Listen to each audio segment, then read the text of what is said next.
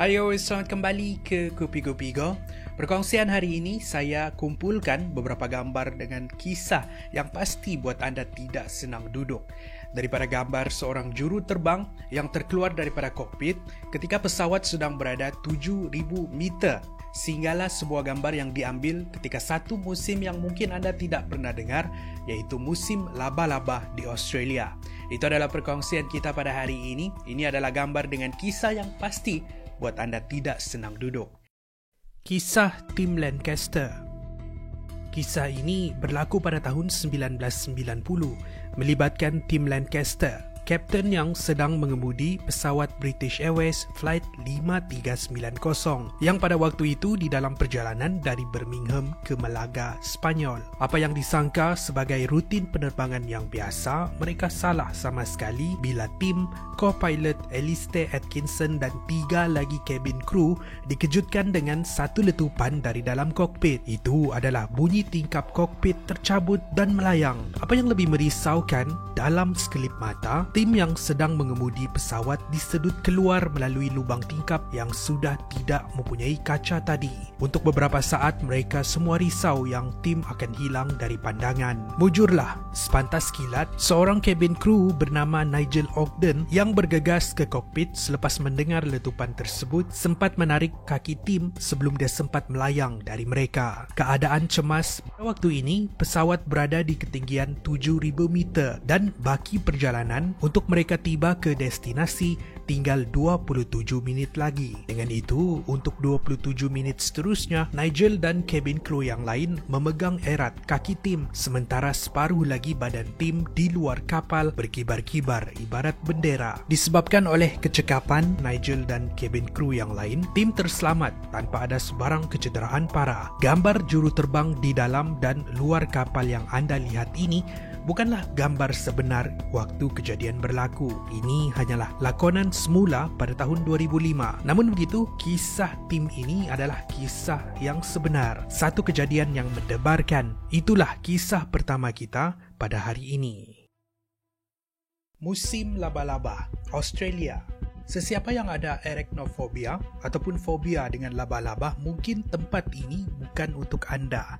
Lapisan putih yang anda lihat ini bukanlah salji, tetapi ia adalah sarang laba-laba. Di Australia, bila tiba musim panas, akan ada satu kejadian di mana laba-laba akan keluar dan membina sarang mereka di kawasan terbuka, termasuklah di kawasan lapang ataupun kawasan rumah penduduk.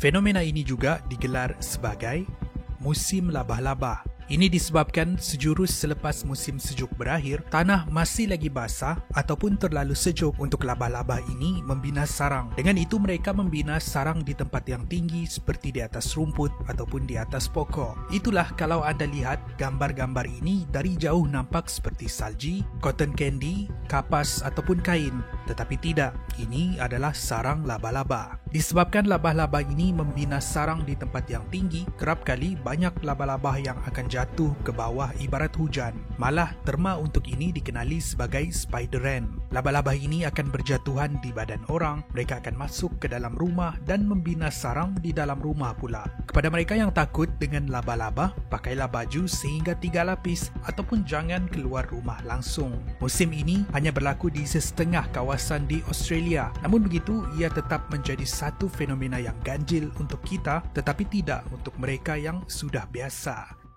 2. Bayang-bayang bom atom, Jepun.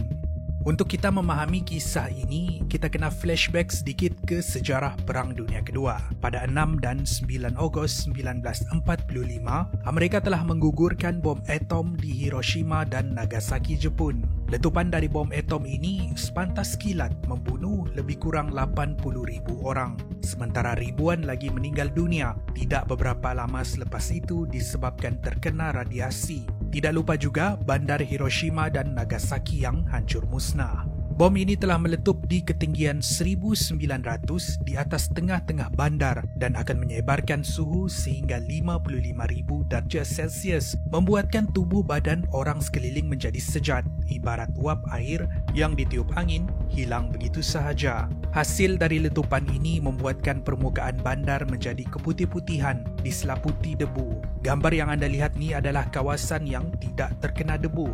sebab bila waktu bom meletup, ada seseorang ataupun sesuatu yang berdiri di hadapan bayang-bayang ini. Ini bukanlah satu-satunya bayang-bayang bekas nuklear, ini pula adalah bayang-bayang seorang lelaki yang berdiri di sebelah tangga. Bekas bayang-bayang ini yang menjadi sisa mengingatkan semua penduduk dunia apa yang berlaku di Jepun suatu ketika dahulu. Terperangkap di turbin Belanda.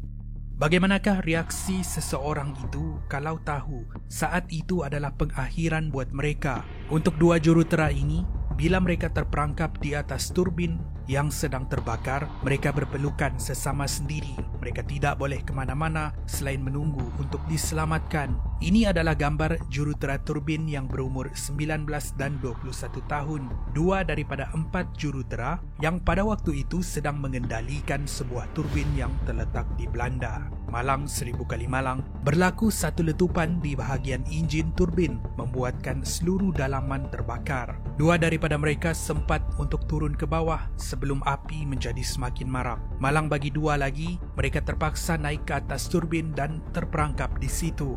Api marak dengan sangat pantas. Pihak bomba sukar untuk memadamkan kebakaran disebabkan mereka jauh 80 meter di atas. Ini adalah gambar terakhir yang sempat diambil menunjukkan detik-detik cemas kedua-dua jurutera ini di mana mereka ditemui meninggal dunia beberapa jam kemudian.